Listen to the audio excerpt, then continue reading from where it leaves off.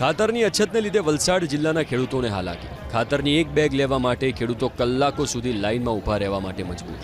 TV screen પરના દ્રશ્યો નાના પોંઢા ગામના છે, જ્યાં ખાતરની દુકાનની બહાર ખેડૂતોની લાગી છે લાંબી લાઈન। વહેલી સવારથી દુકાનની બહાર ખેડૂતો લાઈનો લગાવવા માટે મજબૂર બન્યા છે।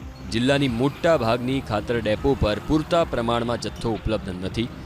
જિલ્લામાં હજારો હેક્ટર વિસ્તારમાં ડાંગરની રોપણી થઈ છે।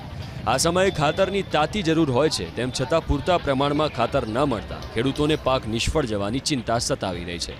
સરકાર તાત્કાલિક ખાતરની વ્યવસ્થા કરે તેવી ખેડૂતોની માંગ છે।